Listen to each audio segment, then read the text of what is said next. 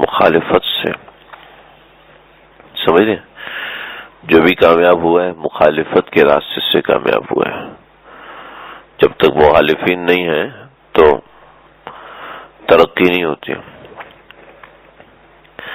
دنیا میں کوئی شخص ہے، ایک عبداللہ بن مبارک ہے بس. اس کے علاوہ کوئی امام بخاری رحمۃ اللہ علیہ، اتنے بڑے آدمی ہیں، اپنی ساری کتاب روضہ رسول صلی اللہ علیہ وسلم کے سامنے بیٹھ کے لکھی. ایسی مخالفت ہوئی، لوگ ترستے تھے امام بخاری ایک دفعہ ہمیں دیکھ لیں، بس ایک دفعہ ہمیں دیکھ لیں. اور مخالفت کیسی ہوئی؟ کسی نے شہر میں رکھنے سے انکار کر دیا. بخارا ان کا اپنا شہر تھا، اپنا آبائی شہر، اپنا آبائی علاقے سے کوئی نکال سکتا ہے؟ آپ کو اجازت نہیں اس علاقے میں آنے کی، اگر آپ آئے تو آپ کو یہاں سے دھکے دے کے نکال دیا جائے گا. امام ابو حنیفہ رحمۃ اللہ علیہ جنازہ جیل سے نکلا، پہلے جیل میں ڈالا، پھر ان کو چین نہیں آیا، پھر جیل میں زہر دے کے مار دیا. سمجھ رہے ہو؟ زندگی میں مخالفت سے کبھی نہیں گھبرانا. جو مخالفت ہوتی ہے انسان کے فائدے کے لیے ہوتے ہیں. تندی باد مخالف سے نہ گھبرا اے عقاب، تندی باد مخالف سے نہ گھبرا اے عقاب. تندی کسے کہتے ہیں پتہ ہے؟ آج کل نوجوانوں کو اردو نہیں آتی نا، مسئلہ یہ ہے کہ اقبال کتنا زبردست شعر ہے لیکن پتہ نہیں کیا کہا ہے.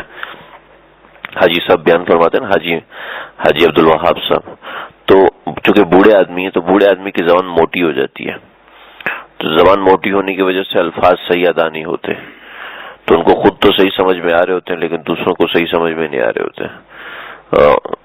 میں نے بھی جب بھی سنا بہت سے الفاظ سمجھ میں نہیں آئے. جب حضرت میر صاحب کو سنا تو اس کے بعد حضرت حاجی صاحب کے الفاظ سمجھ میں. اچھا حضرت میر صاحب بتائیے ہے. اب یہ آپ تو مجھے روزانہ سنتے ہیں تو شاید آپ کو سمجھ میں آ گیا ہو، لیکن بس ہر ایک کو سمجھ میں بھی نہیں آتے تھے. تو جب بڑی عمر کے لوگ ہو جاتے تو زبان موٹی ہو جاتی ہے، الفاظ صحیح سے سمجھ میں نہیں آتے. تو جو محبت والے لوگ ہوتے ہیں انہی کو بات سمجھ میں آتی ہے، کیونکہ وہ مستقل سن رہے ہوتے ہیں تو ان کو صرف اشارے سے ہی سمجھ میں آ جاتا ہے. اب ہمیں صحیح صاف ستھری انگریزی لکھ کے دو، ہمیں اس کو اچھی طرح سمجھ میں نہیں آئے گی. ہم کیا انہوں نے میسج کیا کہ ہمیں وہ لا کے دینا گول گپے نہیں، وہ گلاب جامن، اس کو پڑھا گول گپے. اتنی دور سے بیچاروں نے بلائے اور انہوں نے گول گپے لے جا کے دیے، انہوں نے گلاب جامن منگوائے تھے. تو لیکن ایک عام آدمی وہ پہلے کے دو تین لفظوں سے ہی سمجھ جاتا ہے. میڈیکل اسٹور والا ہے وہ پہلے کے 2-3 لفظوں سے ہی سمجھ جاتا ہے کہ اس میں کیا لکھا ہے بھائی. تو حاجی صاحب بیان فرما رہے تھے تو ایک خان صاحب کتنا بڑا بات کیا، اوہ سبحان اللہ، کتنا بڑا بات کیا. کہتے بھائی کیا بات کی ہے تمہیں سمجھ میں؟ ہم کو نہیں پتا، بہت بڑا بات کیا ہے، بہت بڑا بات، ہم کو سمجھ نہیں آیا لیکن بہت بڑا بات کیا ہے. اللہ زندگی تے سبحان اللہ، بہت بڑا بات کیا. ہمارے قاری صاحب تشریف لائے تو انہوں نے تلاوت کی، قاری ادریس آصف صاحب تلاوت فرمائی. تو تلاوت میں انہوں نے پڑھا وَلَهُمْ عَذَابٌ شَدِيدٌ. تو جو قاری ہوتے ہیں نا وہ جو حروف مدہ ہوتے ہیں اس کو کھینچتے ہیں، وَلَهُمْ عَذَابٌ شَدِيدٌ، وہ بڑے خوبصورت انداز میں کھینچتے ہیں نا. تو جب خوبصورت انداز میں کھینچا تو سارا مجھے سبحان اللہ. تو اب یہاں پہ سبحان اللہ نہیں کہتے ہوتے، یہاں پر استغفر اللہ کہتے ہیں کہ وَلَهُمْ عَذَابٌ عَظِيمٌ شدید، کہ شدید عذاب یوم تزول کل. یہ سورہ جو سورت کے شروع میں نا زلزلے کی آیات ہے، قیامت کی آیات، اس میں زلزلے کا ذکر ہے اور بڑے خطرناک عذاب اور جھنجھوڑے جانے کا ذکر ہے. تو شیخ سلیم اللہ خان صاحب بیٹھے تو ان کی چیخ نکل گئی نا. اور دوسری طرف جو ہم جیسے لوگ بیٹھے ہوتے زور سے سبحان اللہ سبحان اللہ، کیا پڑھے قاری صاحب. تو اس لیے وہ کہتے ہیں واہ اقبال تو نے کتنے زبردست اشعار کیے، لیکن اصل میں وہ کیا ہے؟ وہ کوئی اور بات ہے. تندی کا مطلب ہے تیزی. جو بسنت کے اندر لوگ گڈے اڑاتے ہیں نا، پتنگ اڑاتے ہیں، تو پتنگ جس ڈور سے اڑاتے ہیں تو ڈور کو گاڑی دوڑنے کے تندی کہتے ہیں نا. تو یہ اصل میں تندی نہیں ہوتا، یہ تندی ہوتا ہے، سمجھے؟ تو لڑکے بول رہے ہیں یا تندی لے کے آنا یا ڈور لے کے آنا. تو ڈور کو ڈور بھی کہتے ہیں، اور وہ ڈور جس پہ کانچ ملا جائے اس کو تندی کہتے ہیں. ٹھیک ہے، تند مطلب تیز. تو تندی باد مخالف سے باد کہتے ہیں ہوا کو. تو تندی باد مخالف وہ ہوا جو تمہارے مخالف ہے. تندی باد مخالف سے نہ گھبرائے عقاب. عقاب جو ہے نا، آپ نے کبھی دیکھو گے جب تیز ہوا چل رہی ہوتی ہے نا، تو جو چیل ہے نا، چیل وہ ایسے کھڑی ہوتی ہے، پھر ہوا آتی ہے تو یہ اس کے اوپر تیرتی ہوئی اوپر جاتی ہے. تو وہ یہ کہہ رہے ہیں کہ تندی باد مخالف سے نہ گھبرائے عقاب، یہ تو چلتی ہے تجھے اونچا اڑانے کے لیے. تو انسان جو ہے جب مخالفت آتی ہے تو تب اونچا اڑتا ہے. سمجھ رہے؟ یہ چھوٹی موٹی شکایتیں تو لگتی رہیں گی، لیکن اس سے دیکھ لینا یکسوئی کتنی ہوگی، عبادت میں یکسوئی کتنی ہوگی. ابھی تو ایک دوسرے سے گپ شپ لگانے میں دل لگتا ہے، پھر دیکھنا عبادت میں دل لگے گا. پھر فخر سے بتا سکوں گے میں نے 10 قرآن مجید. میں آج تک بتاتا ہوں، میں پہلی دفعہ اعتکاف بیٹھا تھا، 9 دن کا اعتکاف تھا، میں نے 10 قرآن مجید ختم کیے تھے. مقابلہ کیا تھا ہم لوگوں نے، مقابلہ کیا تھا. اچھا میں نے 10 کیے تھے، میرے ساتھ انہوں نے کسی نے 9 کیے، کسی نے 7 کیے. جو سب سے کم بابا جی تھا وہ کہتے تھے میں مڑ غلیبت کرسا. غیبت کو بابا غیبت نہیں کرو، کہتا میں مڑ غلیبت کرسا. تو اس کو پتہ ہی نہیں تھا غیبت کسے کہہ دیتا ہوں. وہ کہتے میں غلیبت کرسا. کہتے ٹویا جتنا مرضی کھدوا لو، کہتے گلا جتنا مرضی کھدوا لو، سپارہ نہیں پڑوا مجھ سے.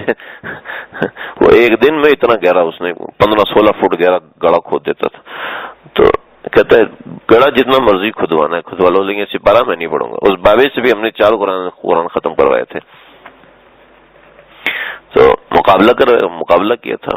جناب مقابلے میں لگے، نماز سے پہلے بھی لگے، چھوٹا قرآن میں پڑھا گا. تو اس کو کسی کام سے لگا، میں اتنی دیر میں سپارہ پڑھتا ہوں.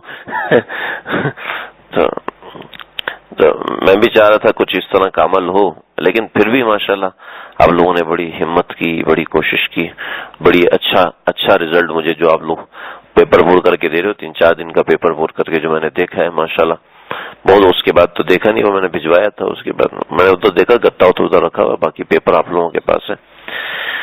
اللہ. تو بھائی ہمت کرو، ٹھیک ہے بھائی. اپنے موضوع کی طرف آتے ہیں، چھوڑ دینا اس کو. حضور نبی کریم صلی اللہ علیہ وسلم کی نبوت ملنے تک بات ہوئی تھی، اس سے آگے چلتے ہیں. آپ صلی اللہ علیہ وسلم کو نبوت ملی تو حضرت خدیجہ رضی اللہ تعالی عنہا آپ صلی اللہ علیہ وسلم کو لے کر ورقہ بن نوفل کے پاس گئیں اور عداس کے پاس گئیں.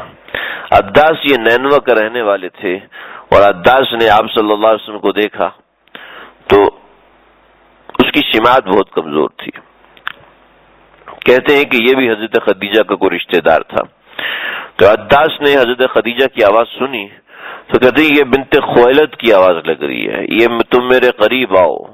تو حضرت خدیجہ قریب ہیں، فرمایا اور قریب آ کے بولو. وہ اور قریب گئیں، کہا اور قریب آ کے بولو. جب وہ اور قریب آئیں کہنے لگی کہ ان کے پاس میرے شوہر جن کا نام محمد صلی اللہ علیہ وسلم ہے، ان کے پاس جبریل آیا ہے. اتنی سی بات کہتے ہیں قدوس قدوس قدوس ھذا الارض واسم جبریل. یہ زمین اور جبریل کا نام، یہ میں کیا سن رہا ہوں. اس زمین پر تو بت پرستی ہوتی ہے، اس زمین پر تو کفر ہے، اور اس زمین پر جبریل کا نام کیسے آیا؟ مجھے بتاؤ کہ کیا ہوا. پھر نبی کریم صلی اللہ علیہ وسلم نے سارا قصہ بیان فرمایا. تو عداس کہنے لگے، عداس نے وہی ساری باتیں کی جو ورقہ بن نوفل نے کی، جس سے آپ کو بڑی تسلی ہوئی. حضرت خدیجہ نے گھر میں آ کے آپ کو تسلی دی کہ اللہ تعالیٰ آپ کو رائے گاہ نہیں چھوڑیں گے، اللہ آپ کی مدد فرمائیں گے. بات یہ تھی کہ نبی صلی اللہ علیہ وسلم ایک مرتبہ گھر تشریف لائے اور گھر کے اندر داخل ہو کے دیکھا کہ آپ صلی اللہ علیہ وسلم کے چہرہ جو ہے وہ مایوسی کا شکار ہے اور چہرے پر مردنی چھائی ہوئی ہے، بہت پریشان ہے. تو اما خدیجہ رضی اللہ عنہ نے پوچھا کہ یا رسول اللہ آپ کو کیا پریشانی ہے؟ تو آپ صلی اللہ علیہ وسلم نے ارشاد فرمایا کہ خدیجہ میں کیا بتاؤں کہ مجھے مکہ کے غریب لوگ دیکھے نہیں جاتے، جو بھوکے ہیں اور پیاسے ہیں، ان کے پاس پہننے کو کپڑا نہیں ہے، یہ لوگ پریشان حال ہوتے ہیں، تو ان کی پریشانی سے مجھے پریشانی ہونے لگتی ہے۔ تو حضرت خدیجہ کہنے لگی کہ یا رسول اللہ اس میں پریشانی کی کیا بات ہے؟ پھر کہا کہ میسرہ ذرا جلدی سے سامان لے کے آؤ۔ میسرہ تھیلے لے کر آیا اور تھیلے لا کے میسرہ نے آپ صلی اللہ علیہ وسلم کے سامنے انڈیل دیے۔ اس موقع پر سیدنا ابوبکر صدیق بھی موجود تھے اور حضرت علی مرتضیٰ بھی موجود تھے۔ وہ سونے اور چاندی کے ڈھیر لگے اور اتنے لگے کہ آپ صلی اللہ علیہ وسلم کے سر سے اوپر ڈھیر ہو گیا۔ پہلے زمانے کے اندر جو پیسہ چلتا تھا وہ سونا اور چاندی کا چلتا تھا۔ آپ صلی اللہ علیہ وسلم نے یہ بھی یہی فرمایا کہ تجارت سونے اور چاندی کی بیس پہ کرو، تجارت سونے اور چاندی کی بنیاد پر ہوگی تو تب مسلمان آگے کامیاب ہوگا۔ آپ یقین جانیے ہماری معیشت کو تباہ کیا جا رہا ہے اس نوٹ کی پیداوار کے ذریعے سے۔ یہ نوٹ ایسی چیز ہے، ہندوستان میں 1857 سے پہلے نوٹ کی کوئی پیداوار نہیں تھی، جہاں بھی چلتا تھا سونا اور چاندی چلتا تھا۔ آج دیکھیں آپ بکری کی قیمت کتنی ہے جی؟ کتنی قیمت ہے؟ 25 سے 30 ہزار، ٹھیک ہے۔ اور ایک دینار کتنے کا ہوتا ہے؟ ایک دینار یہ بھی 25 سے 30 ہزار روپے کا ہوتا ہے، یعنی اس میں 4.5 ماشے سونا ہوتا ہے اور ایک تولہ تقریباً 12-13 ماشے کا ہوتا ہے۔ ایک تولہ اگر 56,000 کا ہے، ایک تولے کے اندر 8-9 ماشے ہوتا ہے غالباً، تو ایک تولہ اگر 56,000 کا ہے تو 4.5 اور 5 ماشے کتنے کا ہوا جی؟ 25 سے 30 ہزار کا، 30 سے 35 ہزار کا۔ تو ایک بکری اس زمانے میں بھی 1 دینار کی آتی تھی، ایک بکری آج بھی 1 دینار کی آتی ہے۔ سونے کا ریٹ ایسا مینٹین ہے، حضور نبی کریم صلی اللہ علیہ وسلم کے ارشاد کے مطابق تجارت سونے اور چاندی کی بنیاد پر کرنی چاہیے۔ اور آپ کیا سمجھتے ہیں یہ آج کل معاشی طور پر ناممکن ہے، بڑا مشکل ہے۔ جو دنیا کی سب سے ترقی یافتہ سلطنت تھی وہ اب جانتے ہیں کون سی سلطنت تھی؟ کون سی سلطنت؟ کوئی شام کی سلطنت تھی، لیکن یہ خلافت عثمانیہ تھی۔ خلافت عثمان جو آپ کے ہندوستان، پاکستان، شام، سعودی عربیہ ان سب علاقوں میں تھا، جس کا دارالخلافہ جو تھا پہلے شام تھا، پھر اس کے بعد دہلی ہو گیا۔ یہ ہندوستانی ریاستیں جو ٹوٹی ہیں اور ٹوٹ کے افغانستان پہلے الگ ہوا اور ڈیورنٹ لائن بن کے افغانستان 1883 کے اندر افغانستان الگ ہوا، پھر 1947 کے اندر پاکستان الگ ہوا، 1950 کے اندر چائنا الگ ہوا، پھر اسی طریقے سے عرب امارتیں جو 1970 کے اندر یہ عرب ریاستیں 12 عرب ریاستیں یہ الگ ہوئی ہیں۔ یہ سارا کا سارا بر صغیر ٹوٹا ہے، یہ انگریز نے توڑا ہے۔ پھر رشیا کو 12 حصوں میں توڑا تو یہ انگریز نے توڑا کہ یہ سارا کا سارا بر صغیر ہندوستان میں آتا تھا اور یہ شام کے ماتحت تھا۔ خلافت عثمانیہ اس کے اندر قائم تھی اور اس کے اندر جو سکہ چلتا تھا وہ سونے اور چاندی کا چلتا تھا، سمجھ رہے؟ سونے اور چاندی کا سکہ چلا کرتا تھا۔ اور ایک جو سب سے بڑا سکہ تھا نا، سب سے بڑا سکہ وہ 102 تولے کا ہوا کرتا تھا، سمجھ رہے؟ آدھے تولے کے، پھر اس کے بعد دانے کاتے تھے اور ان سکوں سے تجارت ہوا کرتی تھی۔ ان سکوں سے ہٹ کے تجارت، اگر کسی کو اس حوالے سے معلومات چاہیے تو آپ کو ایک ڈاکومنٹری ملے گی جامعۃ الرشید کے نام سے، ڈاکومنٹری فلم ملے گی۔ اس میں کوئی جاندار کی تصویر نہیں ہے، خالصتاً اسلامی بنیادوں پہ بنائی گئی، اس میں کوئی موسیقی نہیں ہے۔ تقریباً 90 منٹ سے زیادہ کی ڈاکومنٹری فلم ہے اس کے اوپر بنی ہوئی کہ سامراج نے ہمیں کیسے لوٹا، سامراج نے ہمیں کیسے لوٹا۔ اس عنوان سے آپ دیکھ سکتے ہیں، آپ کو مل جائے گی، کہیں سے انٹرنیٹ سے مل جائے گی، ورنہ جامعۃ الرشید سے معلوم کر سکتے ہیں تو وہاں سے مل جائے گی کہ انگریز نے کس طریقے سے آ کے ہندوستان کو توڑا ہے اور ہندوستان کی نقدی کو توڑا، ہندوستان کی تعلیم کو توڑا، ہندوستان کے شعبہ علاج کو توڑا، ہندوستان کی ایک ایک معیشت کو انہوں نے کیسے توڑا۔ بالآخر مسلمانوں کو توڑتے توڑتے توڑتے یہاں تک پہنچ گئے کہ آج مسلمانوں نے نام بھی کافروں والے رکھے ہوئے ہیں، مسلمانوں کے اندر نام بھی کافروں والے پسند کیے جاتے ہیں۔ نک نیم سب لوگوں نے کافروں والے ہی رکھا ہوتا ہے، کوئی مسلمانوں والا نک نیم تو رکھتا نہیں۔ اللہ، سمجھ رہے ہو؟ انگریز نے اور یہ یہود نے ہمارے اوپر جو تسلط جمایا ہے وہ سب سے پہلا تسلط کرنسی نوٹ کے ذریعے سے جمایا ہے. ہمارے بینکنگ سسٹم کو ہیک کر کے اپنا بینکنگ سسٹم بنایا ہے. اسلام کا بینکنگ سسٹم اتنا زبردست ہے کہ اس کے اندر آنے والے کسی شخص کو کوئی نقصان نہیں ہو سکتا. لیکن آج جو بینک سے ایک دفعہ لون لے لیتا ہے پوری زندگی پیچھے لگنا پڑتا ہے اس کو. کیوں بھائی؟ اس لیے کہ سودی نظام اتنا خطرناک ہے. اور بینکنگ سیکٹر، اسلام کا بینکنگ سیکٹر مزاربت کے بیس پر تھا. اسلام کا بینکنگ سیکٹر شراکت کے بیس پر تھا، اور پھر اس میں بے شمار قسم کی چیزیں آتی تھیں. اس کی بنیاد ہمارا نوٹ تھا. آج چونکہ ہمارے پیچھے بنیاد میں نوٹ نہیں ہے. ہمارے ایک استاد تھے، ہمارے ایک پیر بھائی بھی تھے ساتھی، میں تو ان کو پیر بھائی کی حیثیت سے جانتا تھا، پھر پتا چلا اکنامکس کے اندر بہت ماہر. تو مبشر نام تھا ان کا، اور انہوں نے اکنامکس کے حوالے سے کام کیا. اور جہانیہ ایک شہر ہے، اس کی تجارتی منڈی کے اندر انہوں نے سکے رائج کی، جو پاکستان کی حکومتی سطح پر ان سکوں کو منظور کروایا لیکن رائج نہیں کروا سکے. ان سکوں کے حوالے سے انہوں نے بہت کام کیا، اور سکے انہوں نے ہمیں دکھائے بھی کہ پاکستان میں یہ سکہ ہے، یہ سکہ ہے، یہ سکہ ہے. انہوں نے حکومت کی طرف سے تقریباً 15 سکے رائج کروا لیے، منظور کروا لیے. ظاہر بات ہے رائج تو ہمارے ملک میں ہو نہیں سکتے، جو یہاں کا کرپٹ نظام ہے اس میں وہ سکہ رائج ہو نہیں سکتا. ورنہ بھائی دیکھو، نوٹ تبدیل ہوا نا پاکستان کا، ہوا نا آج سے 4-5 سال پہلے، تو نوٹ سے سکے بھی تبدیل ہو سکتے ہیں. یعنی کہ ایسا نوٹ بنائیں جس کے پیچھے سونا ہو. ٹھیک ہے، عالمی قانون تھا اور عالمی قانون ہے جس کو فالو نہیں کیا جاتا. اتنا نوٹ چھاپو جتنا جس کے پیچھے سونا ہے. پاکستان کے نوٹ کی ویلیو کیوں کم ہے آپ کو پتہ ہے؟ اس کے بیک پہ سونا نہیں ہے. پاکستان کے پاس سونا کم ہے، اس نے نوٹ زیادہ چھاپ لیے، چنانچہ پاکستان کی نوٹ کی ویلیو ختم ہو گئی. آج پاکستان کے پاس سونا زیادہ ہو، اس کے نوٹ کی ویلیو بھی اسی حساب سے ہوگی. خیر یہ تمہیں پتہ نہیں کدھر نکل گیا ہے، اکنامکس کو چھیڑ دیا. تو بھائی حضور نبی صلی اللہ علیہ وسلم تجارت کرتے تھے سونے کی بیس پر، سونے کی بنیاد پر، چاندی کی بنیاد پر. اللہ، یہ تو آج انفرادی طور پہ ختم نہیں ہو سکتا. یہ اگر حکومتی سطح پہ کیا جائے اور بڑے لیول پہ کیا جائے، اللہ آپ لوگوں کو کسی بڑے لیول پر لے کے جائے، ہمیں بڑے لیول پہ لے کے جائے تو ہم اس حوالے سے آگے بڑھ سکے. تو بہرحال آج کل تو جس کے پاس جتنا بینک بیلنس ہے اس کے حساب سے کام چلتا ہے، سونے کے حساب سے کام چلتا نہیں ہے. تو اللہ کے نبی کے سامنے سونے کا ڈھیر لگا دیا، اور اللہ کے نبی اس کے پیچھے چھپ گئے. اور اما خدیجہ نے کہا یا رسول اللہ یہ سب لے جائیے، سب آپ کا ہے، آپ جس کو چاہے دے، آپ جس غریب کو چاہے خوش کریں. اللہ سمجھ رہے؟ تو ہمارے نبی تو اتنے غمگسار تھے، اتنی محبت رکھنے والے تھے.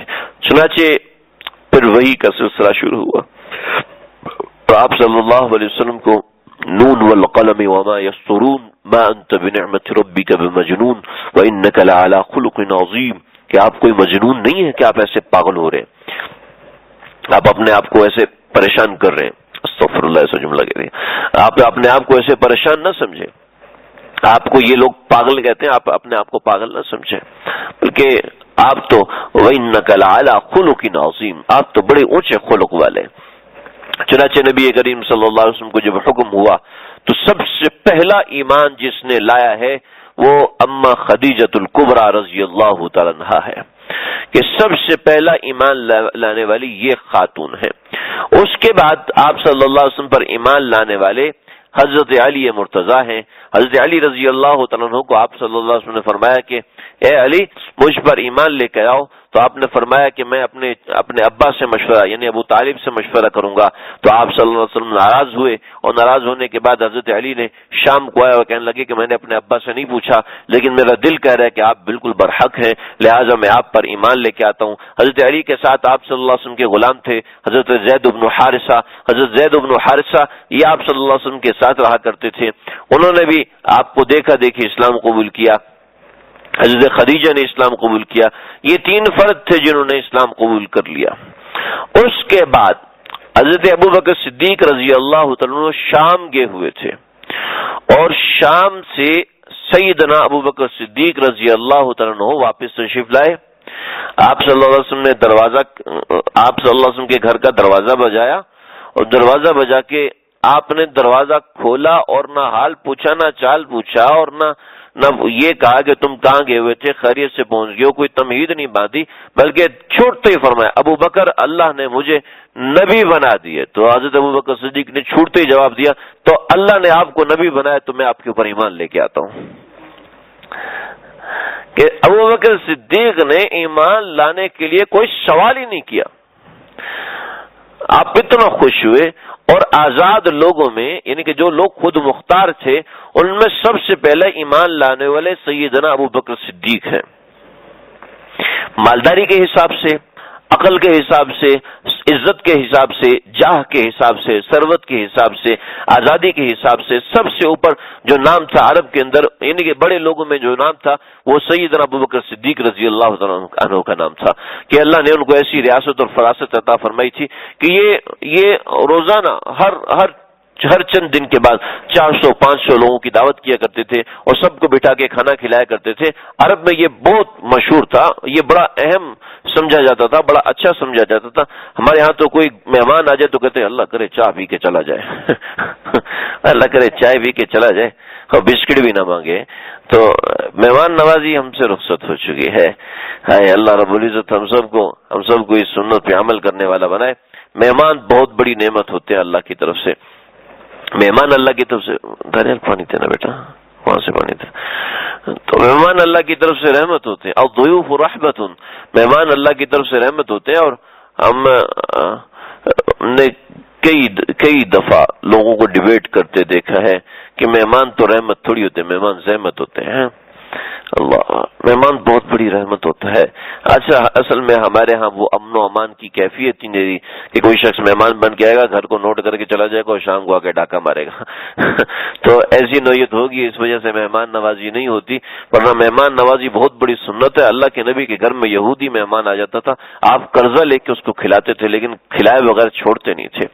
آج مہمان کا ہاتھ پکڑ لو نا، مہمان کا بھی آپ نے کھانا کھا کے جانا تو وہ بھی سوچتا ہے یار اس کو چندہ وندہ تو نہیں چاہیے یار، کوئی قرضہ ورضہ تو نہیں مانگ لے گا.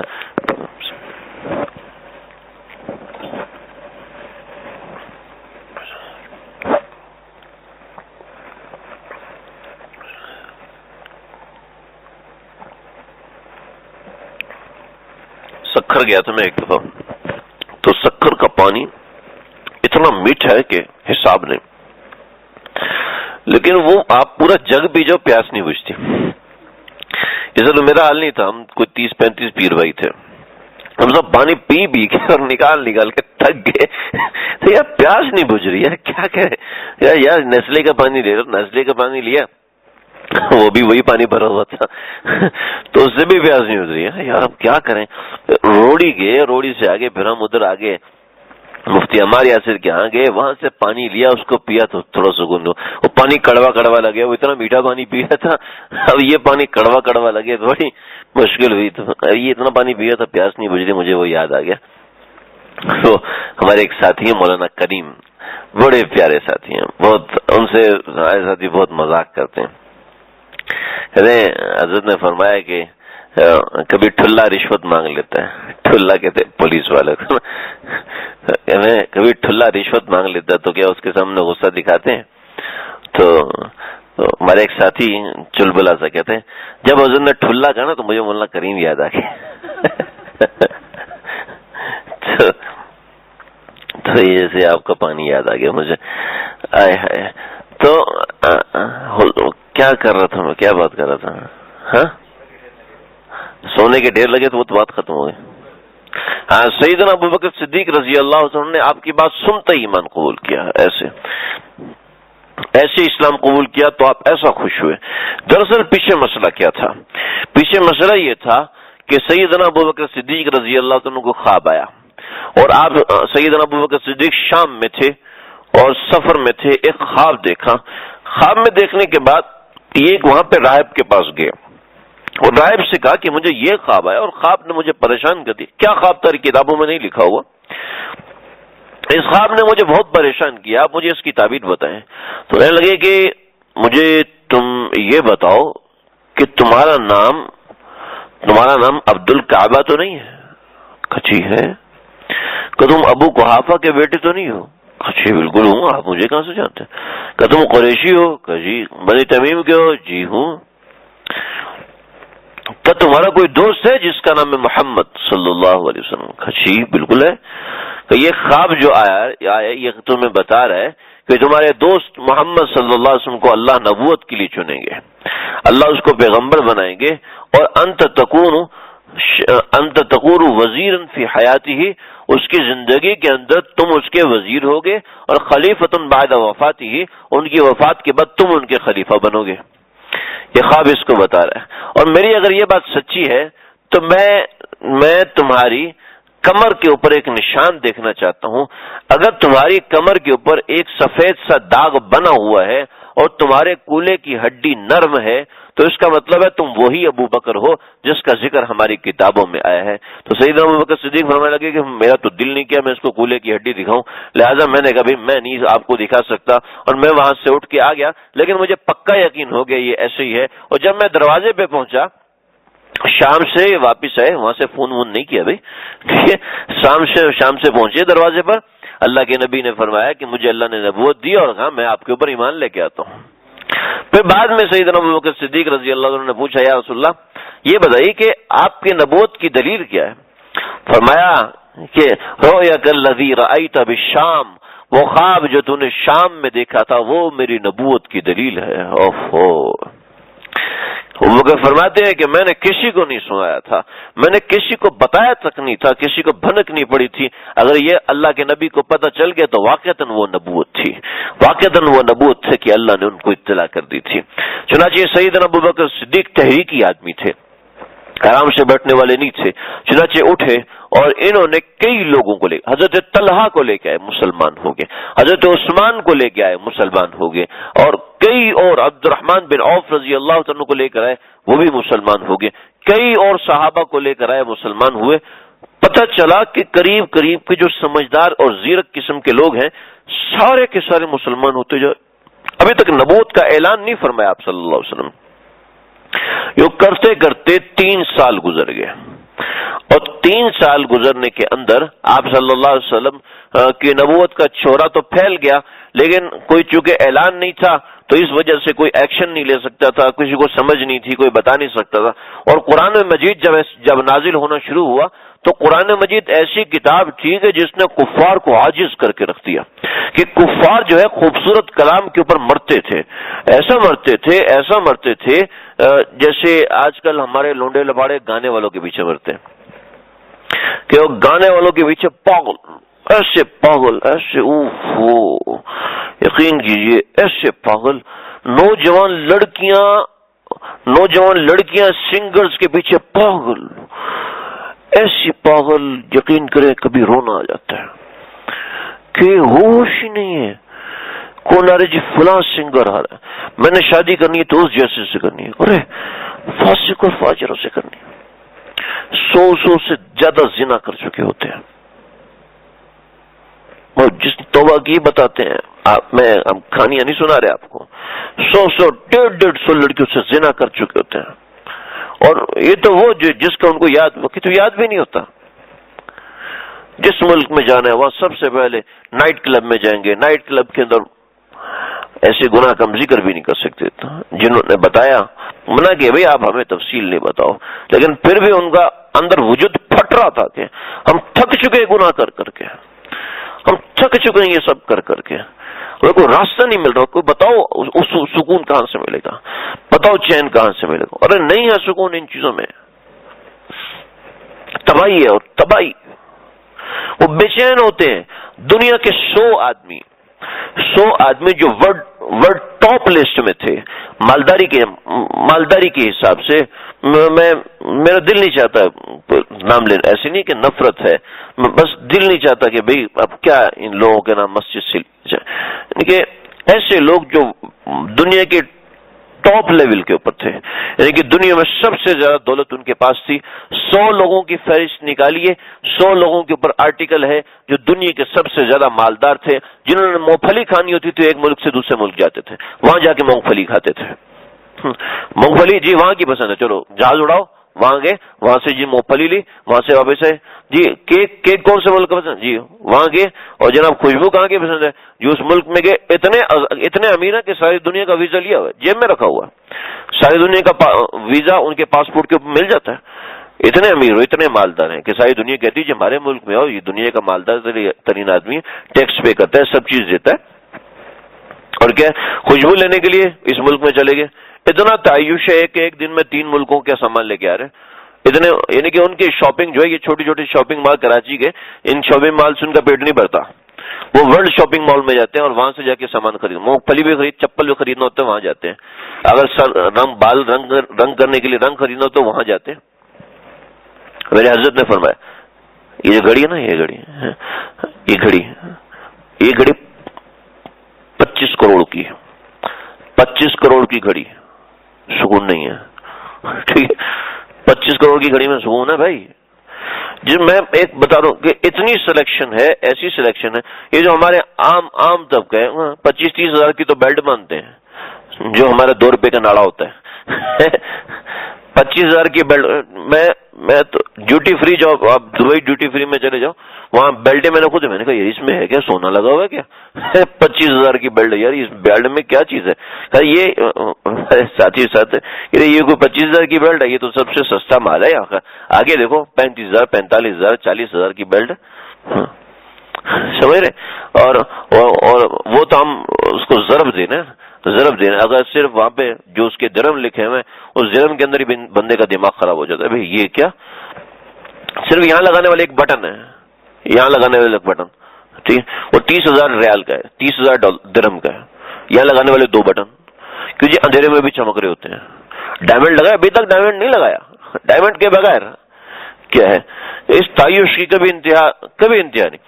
میں بتا رہا تھا آپ کو 100 دنیا کے ٹاپ لیول کے آدمی, اور 100 کے 100 جو مرے ہیں, کوئی یا تو ڈپریشن سے مرے, یا ڈرگز سے مرے ہیں, یا پھر خودکشی کی ہے. اس کے علاوہ تیسری موت ان کی نہیں, ہسپتال میں موت نہیں آئی ان کو, ہسپتال میں موت نہیں. یہ پھر مائیکل جیکسن جو آپ کا ہے, اس لیے کیا کہتا تھا, وہ آکسیجن کا میٹ لگا کے سوتا تھا اپنے اوپر کہ میری زندگی لمبی ہو. اس نے اپنی ساری کھال تبدیل کروا دی تھی, کالی کھال سے سفید کھال بنوا لی تھی. 50 سال میں مر گیا. کیوں مر گیا جی, وہ جناب 13 قسم کی ڈرگز لیتا تھا اور خون کو معافی نہیں, اور مر گیا. 13 قسم کی ڈرگز لیتا تھا اپنے سکون کے لیے, رات کو نیند نہیں آتی تھی. کیا پیسے نے نیند دی؟ دیکھو چین نہیں ہے. ہماری لڑکیوں کے, ہمارے لڑکوں کے آئیڈیل یہ لوگ بنے, بھی ایسے نہیں بیٹھے, یہ مناسب نہیں ہے. یہ آپ آگے ہو کے بیٹھ جائیں, ایسے بیٹھو جیسے بچہ بھی پیدا ہو رہا ہے. یار ایسی حرکتیں نہیں کرو.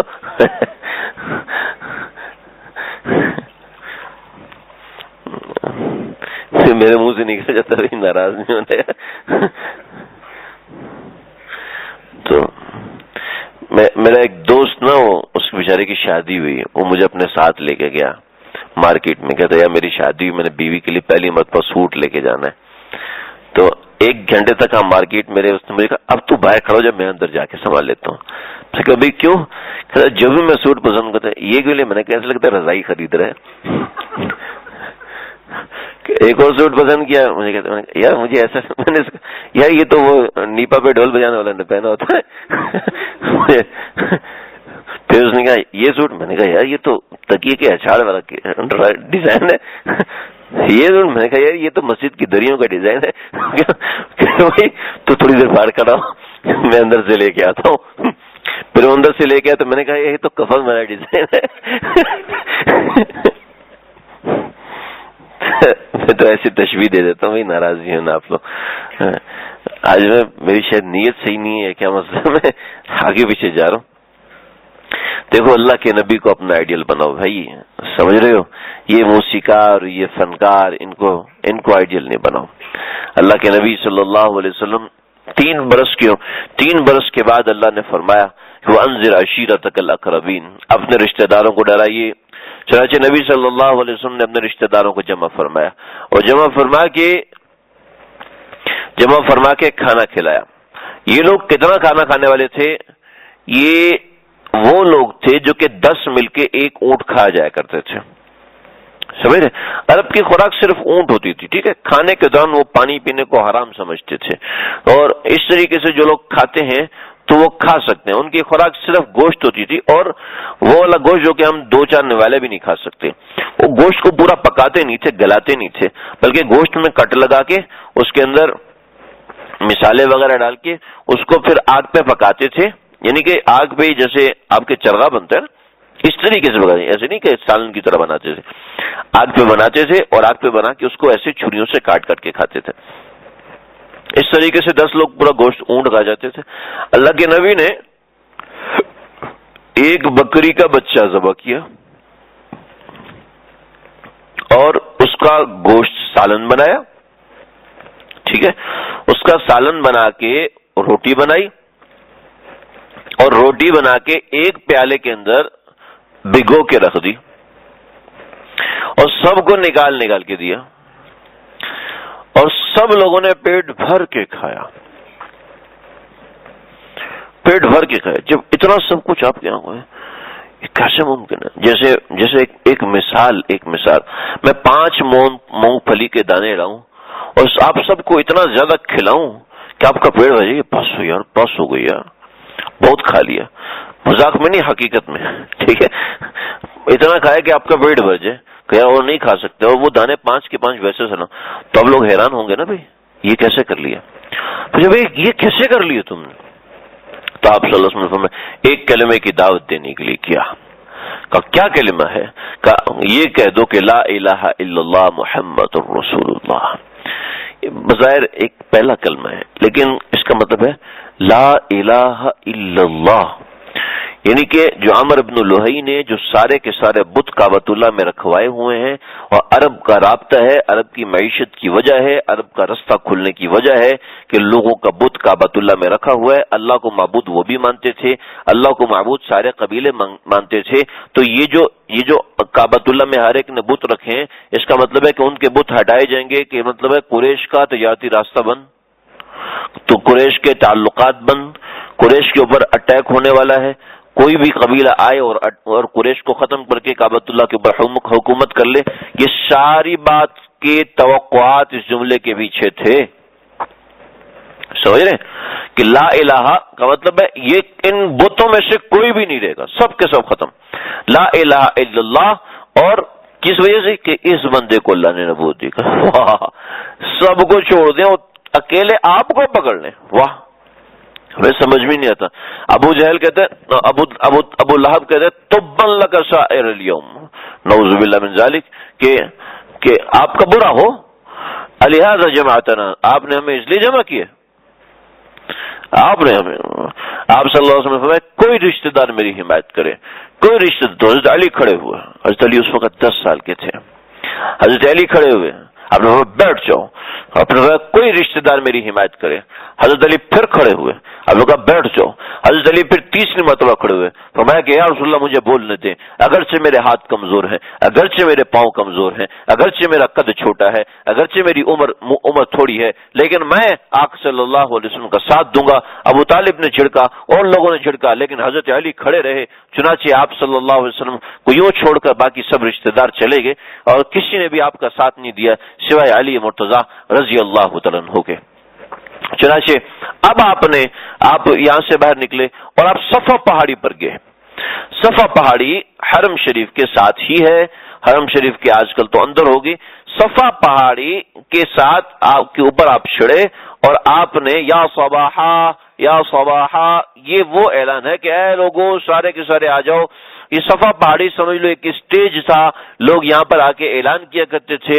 آپ صلی اللہ علیہ وسلم نے پہلی مرتبہ صفا پہاڑی پر چڑھے اور پہلی مرتبہ اعلان کیا، ایک عزت تھی، ایک نمود تھی، ایک جاہ تھی، ایک مقام تھا آپ کا کہ آپ عبد المطلب کے پوتے ہیں، اور دوسرا مقام یہ ملا ہوا تھا آپ خدیجہ کے شوہر ہیں کہ خدیجہ نے آپ کو شوہر کے طور پہ قبول کر لیا، اور ایک تیسرا مقام تھا کہ ہر کوئی آپ کو صادق اور امین کہتا تھا، چوتھا مقام یہ تھا کہ ہر کوئی آپ کے پاس اپنی امانتیں رکھ رکھوایا کرتا تھا، کسی کو بھی آپ سے بد اعتمادی نہیں تھی. یہ ایک بڑا عزت کا مقام تھا، جو مقام ملا ہوا تھا ایسا مقام کسی کے پاس نہیں تھا جو آپ صلی اللہ علیہ وسلم کو دیا گیا تھا. حلف الفضول ہوا تھا، اس حلف الفضول کے اندر آپ صلی اللہ علیہ وسلم کو بہت بڑا مقام ملا تھا. تو یہاں بھی آپ صلی اللہ علیہ وسلم کا بڑا مقام تھا. جب آپ نے یہ پکارا تو سارے قریشی آ کے جمع ہوئے، سارے کے سارے آپ کے سامنے آ کے کھڑے ہو گئے. اور آپ یہ ہے، سمجھ لیں یہ ہے صفا پہاڑی، اس کو پوچھا نا، یہ ہے صفا پہاڑی اور یہ ہے حرم شریف. سمجھ رہے، یہ کعبۃ اللہ ہے اور یہ ہے حرم شریف. یہ حجر اسود ہے اور یہاں سے نکل کے آتے ہیں تو صفا پہاڑی آ جاتی ہے. ٹھیک ہے، صفا پہاڑی یہ ہے اور اس کے پیچھے جو پہاڑ ہے جبل ابی قبیس ہے. سمجھ رہے، یہ صفا پہاڑی اس کا ایک چھوٹا سا حصہ ہے. ان الصفا والمروۃ من شعائر اللہ، یہ چھوٹی پہاڑی ہے. اس کے پیچھے جبل ابی قبیس ہے، جس جبل ابی قبیس کو بھی ختم کر دیے گئے، یعنی تھوڑا سا متصل ہے، تھوڑا سا جڑا ہوا تھا لیکن تھوڑا سا ہٹ کر تھا. یہاں جبل ابی قبیس تھا لیکن متصل ہی سمجھا جاتا تھا. تو آپ صلی اللہ علیہ وسلم یہاں پہ کھڑے ہوئے اور آپ صلی اللہ علیہ وسلم نے یہاں سے لوگوں کو اعلان کیا. صفا پہاڑی کی کچھ خصوصیات ہیں. سب سے پہلے خصوصیت یہ کہ یہ شعائر اللہ میں سے ہے، اللہ کی نشانیوں میں سے ہے. دوسری بات یہ کہ اسلام کی تبلیغ کی ابتدا صفا پہاڑی سے ہوئی ہے. تیسری بات، آدم علیہ السلام جو اترے ہیں، یعنی کہ زمین پر سب سے پہلا آدمی جو اترا ہے وہ صفا پہاڑی پر اترا ہے. اور دوسرا انسان وہ اس کے سامنے مروا پہاڑی ہے اس کے اوپر اترا ہے. حضرت حوا مروا پہ اتری ہیں اور حضرت آدم علیہ السلام صفا پہاڑی پر اترے ہیں. یہ صفا کی خصوصیت ہے. پھر آپ صلی اللہ علیہ وسلم جو دین کا کام کیا، صفا پہاڑی کے ساتھ ایک گھر تھا، اس گھر میں آپ صلی اللہ علیہ وسلم نے چھپ کے 3 سال تبلیغ کا کام کیا، جس کو دار ارقم کہتے ہیں. آج اس جگہ پر ایک دروازہ ہے باب ارقم کے نام سے، تو وہاں جا کے تھوڑی دیر بیٹھ جائیں، تھوڑا وہ ذکر کریں تو انشاءاللہ فائدہ ہوگا. تو کوئی مصنون نہیں، کوئی سنت نہیں، بس ایک یادگار ہے، یادگار کے طور پہ بتا رہا ہوں. تو یہ صفا پہاڑی، یہ اس کی خصوصیات ہیں. پھر قیامت کے قریب یہ ہوگا کہ یہ پہاڑی پھٹ جائے گی اور اس میں سے ایک جانور نکلے گا جس کو دابۃ الارض کہتے ہیں. وہ دابۃ الارض تمام لوگوں سے بات کرے گا. میں انشاءاللہ کل جو احوال قیامت کے بارے میں وہ بتاؤں گا تو انشاءاللہ اس میں اس کا تفصیلی ذکر کروں گا. تو دابۃ الارض جو ہے، وہ دابۃ الارض وہ یہاں سے نکلے گا، صفا پہاڑی سے پھٹے گا. تو یہ صفا پہاڑی کی بڑی خصوصیات ہیں. آپ صلی اللہ علیہ وسلم یہاں پہ چڑھے اور یہاں چڑھ کے آپ صلی اللہ علیہ وسلم نے سب کو اعلان کیا، یا صباحا یا صباحا، سب لوگ اکٹھے ہوئے اور آپ صلی اللہ علیہ وسلم نے ایک بڑا تاریخی جملہ بیان فرمایا اور فرمایا کہ اے لوگوں، آپ کو بھی پتا ہوگا، اے لوگوں اگر میں یہ کہوں کہ اس پہاڑی کے پیچھے، یہ چھوٹی پہاڑی اس کے پیچھے پہاڑ ہے، اے لوگوں میں کہوں کہ اس پہاڑ کے پیچھے دشمن کا لشکر آیا ہوا ہے تو کیا تم میری بات کا اعتبار کرو گے، یقین کرو گے؟ تو سب نے کہا اب اس پہاڑی کے پیچھے کوئی لشکر چھپ نہیں سکتا. سمجھ رہے، یہ ایسا پہاڑ تھا کہ اس کے پیچھے کوئی لشکر چھپ نہیں سکتا، یعنی کہ جو بھی ہوگا پتہ چل جائے گا. تو لیکن لوگوں نے کہا کہ اگر آپ کہیں گے تو ہم آپ کی بات مانیں گے، کیونکہ ہم آپ کو سچا مانتے ہیں. اور میں کہ لوگوں ایسے لشکر سے حفاظت چاہتے ہو یا ایسے لشکر کا مقابلہ چاہتے ہو تو بس ایسا کرو کہ میں جو دین لے کر آیا ہوں اس کو مان لو، کہ لا الہ الا اللہ محمد الرسول اللہ. اس کو مان لو تو تم اس لشکر کیا ساری دنیا کے لشکروں سے کامیاب ہو جاؤ گے. یہاں سے آپ کی تبلیغ کی ابتدا ہوئی ہے. یہاں ابو لہب نے آ کے آپ صلی اللہ علیہ وسلم کو دھتکارا اور پھر یہی کہا کہ تبا لک سائر اليوم لہذا جمعتنا. تو اللہ نے جواب میں اتارا تبت یدا ابی لہب وتب ما اغنى عنه ماله وما كسب سيصلى نارا ذات لهب وامرأته حمالة الحطب في جيدها حبل من مسد. کہ ابو لہب کے دونوں ہاتھ ٹوٹ جائیں، اس کے مال نے اس کو کوئی فائدہ نہیں دیا، اس کی بیوی نے اس کو کوئی فائدہ نہیں دیا. اور اس کی بیوی کیسی ہے؟ حمالۃ الحطب، وہ جہنم کے اندر ایسا کرے گی گٹھری اٹھائے گی اور اس کی گٹھری ہی اس کے گلے کو دبانے کا باعث بنے گی. چنانچہ ایسا ہی ہوا، دنیا میں بھی ایسے ہوا اور آخرت میں بھی ایسا ہوگا کہ وہ گٹھری لے جا رہی تھی اور گٹھری جو ہے وہ اٹکی اور اس کی رسی اس کے گلے میں پھنس گئی اور رسی گلے میں ایسے پھنسی کہ وہ پھندا بن گئی. جتنا چھڑانے کی کوشش کرتی وہ اتنی ٹائٹ ہوتی جاتی اور آہستہ آہستہ اس کی رسی نے اس کی آنکھیں باہر ابل دی، اس کا گلا گھوم کے مار دیا. یہ رسی کے ذریعے سے مری تھی اس کی بیوی بیوی ام جمیل اس کا نام تھا. تو اور ابو لہب کا بھی ایسا ہی ہوا کہ ابو لہب اتنا خوبصورت تھا کہ لوگ اس کو ابو لہب کہ انگارے کا باپ، جیسے انگارہ چمک رہا ہوتا ہے تو کہتے ہیں یہ انگارہ نہیں بلکہ انگارے کا باپ ہے، یعنی کہ انگارے سے بھی زیادہ چمک رہا ہوتا تھا اس کا چہرہ. تو ابو لہب کے ساتھ معاملہ یہ ہوا کہ دوسرے لوگ جنگ بدر میں گئے، اس کے بازو میں بیماری پیدا ہوئی. جب بیماری پیدا ہوئی تو بدبو آنا شروع ہوئی. اطباء نے اس کے بازو کاٹ دیے لیکن پھر بھی وہ مرض پاؤں میں پڑا، پھر دونوں ٹانگیں کاٹ دی، پھر وہ مرض جسم میں پڑا اور ایسا پڑا کہ اس کے پورے بدن میں بدبو پیدا ہوگی. تو لوگوں نے اسی بدبو کی حالت میں اس کے قریب نہیں آ سکتے تھے. انہوں نے باوجود بیٹا ہونے کے، باوجود بڑی محبت ہونے کے، بیوی ہونے کے، انہوں نے کیا کیا کہ غلاموں کے ذریعے سے اس کو گھسیٹ کر روڑی پہ ڈالا اور پھر روڑی سے گڑا کھودوا کے اس کو اس گڑے میں دفن کیا کہ اس کے قریب نہیں آ سکتے تھے. ایسی گندی بدبو اللہ نے اس کے جسم میں پیدا کر دی، یہ اللہ کے نبی کی مخالفت کی وجہ سے. تو اس نے یہ جو جملے کے تھے بدتمیزی والے. پھر آپ صلی اللہ علیہ وسلم کی تبلیغ یوں شروع ہوئی. جیسے جیسے تبلیغ ہونا شروع ہوئی، عمار بن یاسر مسلمان ہوئے، کئی دوسرے غربا مساکین بلال جیسے مسلمان ہوئے، اور کئی عرب کے نامور لوگ مسلمان ہوئے. اسی اثناء کے اندر قبیلہ غفار کے ایک شخص ہیں حضرت ابو ذر غفاری رضی اللہ تعالیٰ عنہ. یہ غفار قبیلہ غفار ہے، غفار نہیں ہوتا، غفار تو اللہ کا نام ہے. قبیلہ غفار کے ایک صاحب تھے ابو ذر غفاری رضی اللہ تعالیٰ عنہ، بڑے جلیل القدر صحابی ہیں. انہوں نے اپنے بھائی کو بھیجا کہ جاؤ، مجھے پتا چلا ہے کہ عرب کے اندر کوئی شخص اٹھا ہے اور اس شخص نے اٹھ کے دعویٰ کیا ہے کہ اس کو نبوت ملی ہے، جاؤ ذرا پتہ کر کے آؤ. چنانچہ ان کے بھائی اونیس وہ آئے اور آ کے مکہ میں تحقیق کرتے رہے لیکن اللہ کے نبی سے ملاقات نہیں کی. تو ملاقات کے بغیر گئے اور ابو ذر غفاری سے کہنے لگے کہ اس کے بارے میں جو باتیں مل رہی ہیں وہ باتیں تو ایسی ہیں جس سے کہ وہ بہت ہی شریف قسم کا آدمی ہے، لیکن اس کا جو کلام ہے وہ کہتے ہیں کہ وہ جادو ہے، اس کو نہیں سننا چاہیے، ایسا ہے. اور ابو ذر غفاری کو تسلی نہیں ہوئی، وہ خود اٹھے اور مکہ میں آئے. جب مکہ میں آئے اور مکہ میں آ کے یہاں پر کعبۃ اللہ میں داخل ہوئے اور بیٹھ گئے تو ایک عورت جو تھی وہ اصاف اور نائلہ کے بتوں کو چوم چاٹ رہی تھی. اصاف اور نائلہ کے بت یہ دو، ایک مرد اور ایک عورت تھی، انہوں نے کعبۃ اللہ کے اندر گندا کام کیا تھا. تو اللہ نے وہیں پر ان کو پتھر کا بنا دیا تھا.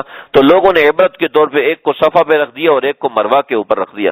جب صفا اور مروہ پہ رکھا تو عمر ابن لحی آیا تو اس نے کہا بھی اصاف اور نائلہ کو یہاں پر حجر اسود کے پاس لا کے رکھ دو. تو عمر ابن لحی کے کہنے پر اصاف اور نائلہ کے بتوں کو یہاں حجر اسود کے پاس لا کے رکھ دیا تھا. تو وہ عورت آ کے اصاف اور نائلہ کو پوج رہی تھی. تو ابو ذر غفاری آئے تو انہوں نے دیکھا عورت کو کہ اے بے وقوف، اصاف و نائلہ کی پوجا کرتی ہے، تو نہیں جانتی انہوں نے کعبۃ اللہ میں کتنا گندا کام کیا تھا، یہ کتنے گندے لوگ تھے جن کی پرستش تو کر رہی ہے، چھوڑ ان کو، نکل یہاں سے. تو وہ عورت کہنے لگی ہاں ہمارے معبودوں کو برا کہنے والا تو کون ہوتا ہے، تو کہاں سے ہے؟ استغفر، توبہ کی، یہ کتنا بڑا گستاخ آ گیا، ہمارے خداؤں کو ایسے کہتے ہیں. اور یوں جیسے عورتوں کا مزاج ہوتا ہے نا کہ چوٹ یہاں پہ لگتی ہے اور 3 میل تک اس کا تذکرہ ہوتا ہے. آج مجھے چھینک آئی، اس سے الٹی آنے لگی تھی، مجھے پشاور تک خبر پہنچ جاتی ہے. ایسے ہی ہوتا ہے نا، ہائے ہائے ہائے کمر میں درد ایسے لگا جیسے میں ابھی مر جاؤں گی. یہ 3 صبح تک بات لازمی جاتی ہے نا. ایسے نا ہمارے کال پیکج ہمیشہ کامیاب ہوتے ہیں، اس لیے ہوتے ہیں کہ اور عورتیں ماشاءاللہ باتیں کرنے کی ماہر ہوتی ہیں. تو وہ جناب کہتے ہیں ہائے ہائے ہائے، یوں بات کرتے کرتے جا رہی ہے، حرم کعبہ سے نکلی جا رہی ہے 1.5 میل کے فاصلے، یعنی کہ 2 کلومیٹر تک فاصلے پر وہ یہ بات کر رہی ہے. تو وہ وقت صدیق رضی اللہ عنہ نے سنا بھی کون آدمی کا ہے، کوئی کسی جگہ سے آیا ہوا، لگتا ہے کہ وہ محمد ہی ہے صلی اللہ علیہ وسلم جو ہمارے بتوں کو برا کہہ رہے ہیں. اللہ کے نبی ادھر بیٹھے ہوئے تھے. سیدنا ابوبکر صدیق کہنے لگا یا رسول اللہ لگتا ہے کوئی اپنا ساتھی آیا، لگتا ہے کوئی آپ کی بات سن کے یہاں پہنچا ہے. تو آپ صلی اللہ علیہ وسلم نے فرمایا کہ چلو. اندھیرے کا وقت تھا، ایسا ہوا تھا کہ ابو ذر غفاری صبح آ کے بیٹھے اور کسی سے کہا نہیں کہ اگر میں کہوں گا تو پھنس جاؤں گا. چنانچہ کسی سے کہا نہیں اور ویسے ہی بیٹھے رہے اور بھوک بھی تھی پیاس بھی تھی, بڑے پریشان ہوئے. چنانچہ ابو ذر غفاری رضی اللہ عنہ نے کسی سے بھوک پیاس کا ذکر نہیں کیا, بس زمزم پیتے رہے اور کھانے کے لیے کچھ بھی نہیں تھا. یہاں پہ یہ عورت کا مسئلہ ہوا. اللہ کے نبی حرم میں تشریف لاتے, لیکن ظاہر بات ہے وہ جانتے نہیں تھے, پہچانتے نہیں تھے کہ کون ہوں گے, کیسے ہوں گے. چنانچہ وہاں پر معاملہ ایسا کیا کہ ابو ذر غفاری رضی اللہ عنہ کے پاس سیدنا ابو بکر صدیق رضی اللہ عنہ پہنچے, اور پہنچ کے آپ نے فرمایا کہ کیا تو نے ہی اصحاف اور نائلہ کے بتوں کو برا کہا ہے؟ کہا ہاں میں نے کہا ہے. کہا کیوں کہا ہے, کیا وجہ ہے؟ کہ اس لیے کہا ہے کہ یہ اتنے گندے اور ایسے نا, ان کا نفع پہنچا سکتے ہیں نہ نقصان پہنچا. کہ بھائی تم تو ہمارے نظریے کے لگتے ہو. کہا کیا تم محمد صلی اللہ علیہ وسلم؟ کہا نہیں میں تو نہیں ہوگا. یہ آپ صلی اللہ علیہ وسلم سے ملا اور آپ کو دیکھتے ہی کہا اشہد اللہ الہ الا اللہ. آپ کا چہرہ بتاتا ہے کہ آپ محمد ہیں, آپ کا چہرہ بتاتا ہے کہ آپ اللہ کے نبی ہیں, مجھے کسی دلیل کی ضرورت نہیں ہے. اور بہت سے لوگوں نے دلیل مانگی. طفیل بن عمر الدوسی, یہ دوس قبیلے کا بہت بڑا سالار تھا. تو یہ قریش مکہ سب اس کے دوست اور یار اور تعلق والے تھے. تو قریش مکہ جو تھے, جب یہ دوس قبیلے کا جب آیا تو انہوں نے کہا بھئی خیال کرنا یہاں ایک شخص آیا ہوا ہے جو کہ منتر پڑھتا ہے, ایسا کلام پڑھتا ہے کہ اس سے جگہ پہ جادو ہو جاتا ہے, زمین پہ جادو ہو جاتا ہے, اور بندے کو کچھ بھی سمجھ میں نہیں آتا اور بندہ اس کے گرویدہ ہو جاتا ہے. تو تم ایسا کرو کہ یہ روئی ہے, یہ روئی اپنے کانوں میں ٹھونس لو تاکہ تمہیں اس کا کلام کی آواز نہ آئے. تو طفیل بن عمر وہ آئے اور کعبۃ اللہ میں بیٹھے, جو کہ سردار ہیں, سردار تو پھر سردار ہوتا ہے. تو سرداروں نے کہنے لگے کہ میں لیٹا ہوا تھا تو روئی میرے کان سے نکل گئی. روئی میرے کان سے نکلی تو اللہ کے نبی کی آواز میرے کان میں پڑی کہ ایسا خوبصورت کلام میں نے کبھی نہیں سنا تھا. پھر میں نے کہا کہ یہ وہی جادو ہے. تو میں روئی کان میں ڈالنے لگا تو میں نے کہا کہ بھئی تو خود بہت بڑا کائن ہے, تو بہت بڑا کائنات کے لیے جادو کرنا کوئی مسئلہ نہیں ہوتا, تو خود بہت بڑا کائن ہے. اگر یہ شعر ہے تو خود بہت بڑا شاعر ہے, اگر کوئی ایسا بندہ ہے تو تجھے گمراہ تو نہیں کر سکتا, لہذا آرام سے رو, ان سے جا کے بات سنو. چنانچہ آپ صلی اللہ علیہ وسلم کے پاس آئے. طفیل بن عمر کہنے لگے کہ آپ اللہ کے نبی ہیں, آپ ہی کا یہ دعویٰ ہے؟ آپ نے فرمایا جی ہاں. تو طفیل بن عمر کہنے لگے آپ کیا لے کر آئے ہیں؟ فرمایا تم سنو گے؟ کہ جی میں سنوں گا. آپ فرمایا بسم اللہ الرحمن الرحیم قل اعوذ برب الفلق من شر ما خلق ومن شر غاسق اذا وقب. یہ معوذتین پڑھ کے سنیں, سورہ فلق اور سورہ ناس پڑھیں. طفیل بن عمر کہتے ہیں کہ میں نے ایسا کلام کبھی بھی نہیں سنا تھا. یہ تو ہم ہے نا, ہمیں تو پتہ ہی نہیں نا ان میں کیا مطلب ہے, ان کا ردم کیسے بنتا ہے, ان کی خوبصورتی کیسے بنتی ہے, یہ تو ہم اندازہ نہیں لگا سکتے. ایسے بھی جانا نہیں ہے, کچھ سب چیز لے کے جانی ہے, سامان بھیجنا. تو یہ طفیل بن عمر کہنے لگے کہ جب میں نے سنا تو میں نے کہا واللہ انک لرسول اللہ, اللہ کی قسم آپ تو اللہ کے رسول ہیں, آپ جو پیغام لے کر آئے بالکل برحق ہے, بالکل سچ ہے, آپ مجھے فرمائیے کیا کرنا ہے. آپ نے فرمایا کہ ابھی تم اسلام قبول کرو اور اپنے قبیلے میں جاؤ اور اپنے قبیلے کو اسلام کی دعوت دو. تو طفیل بن عمر کہنے لگے کہ یا رسول اللہ آپ مجھے کوئی چیز بتا دیں, کہ کوئی نشانی دے دے کہ قبیلے والے یہ نہ کہ تم اپنی طرف سے گھڑ کے لے آئے. تو آپ نے دعا کی تو ان کی پیشانی میں اللہ رب العزت نے ایک نور پیدا کیا. تمہاری پیشانی میں جب تم چلو گے تو ایک لائٹ نکلے گی, ایک ٹارچ کی طرح لائٹ نکلے گی, یہ نشانی ہوگی کہ ہم نے تمہیں پیغام دے کر بھیجا ہے. چنانچہ طفیل بن عمر وہاں سے نکلے اور اپنے قبیلے میں پہنچے اور اپنے قبیلے والوں کو جا کے اسلام کی دعوت دی. قبیلے والوں نے کہا ہمارا سردار اور حضور سردار ایسے ہو گئے کہ ہم تجھے پانی بھی نہیں پوچھیں گے. وہ صحرا میں قبیلہ تھا. طفیل بن عمر کہتے ہیں میرے حلق میں کانٹے چبھ رہے تھے, بڑا پریشان ہوا, میں وہیں پہ لیٹ گیا. لیٹا تو شیشے کے گلاس کے اندر کوئی فرشتہ آیا, اس نے میرے منہ سے اس گلاس کو لگایا اور پانی اڈیلا. پانی اتنا تیزی سے اڈیلا کہ پانی یہاں سے اترتا ہوا میرے کپڑوں پہ گرتا چلا گیا. اور میں نے خوب سیر ہو کے پانی پیا. تو شیشے کے گلاس کے اندر پتہ نہیں کتنا پانی تھا, وہ اونڈیلتا گیا, میں پیتا گیا, اونڈیلتا گیا, پیتا گیا یہاں تک کہ میرا پیٹ بھر گیا. چنانچہ جب میں اٹھا ہوں تو انہوں نے کہا جاؤ اب تمہیں پانی نہیں ملے گا. انہوں نے کہا دیکھ رہے ہو میرے یہ پانی گرا ہوا ہے. کہ خواب میں ایک فرشتہ آیا تھا جس نے مجھے پانی پلایا، اب تو میں پکا ہو گیا ہوں۔ کہ تم نشانی بتاؤ، چنانچہ نشانی دکھائی، پیشانی پہ ہاتھ پھیرا تو روشنی آ گئی، کہنا کہ یہ تو ایسی روشنی آ گئی، کہا اے اللہ اس روشنی کو میرے ہاتھ میں منتقل کر دے، چنانچہ وہ روشنی نکل کے ہاتھ میں آ گئی، کہ یا اللہ اس روشنی کو میرے ہاتھ سے نکال کے کوڑے میں منتقل کر دے، چنانچہ وہ روشنی کوڑے میں منتقل ہوگی۔ تو ان کے علاقے والے مان گئے اور 1 سال کے اندر اندر دوس قبیلہ سارا کا سارا مسلمان ہو گیا۔ دوسری طرف سے قریش نے ایسی مخالفت کی جس کی حد نہیں۔ اللہ کے نبی کے گھر پہنچ گئے، ابو طالب سے کہنے لگے کہ اس کو روکیں۔ ابو طالب نے روکا، آپ نے فرمایا کہ اگر میرے ایک ہاتھ پہ چاند اور دوسرے ہاتھ پہ یہ سورج رکھ دیتے ہیں تب بھی میں ان کی بات نہیں مانوں گا۔ اور پھر آئے اور مقابلہ، بڑے طرح کی اذیتیں دی۔ میں دل جا تھوڑا سا آگے بڑھوں، ان اذیتوں کا ذکر تو آپ حضرات سنتے رہتے ہوں گے۔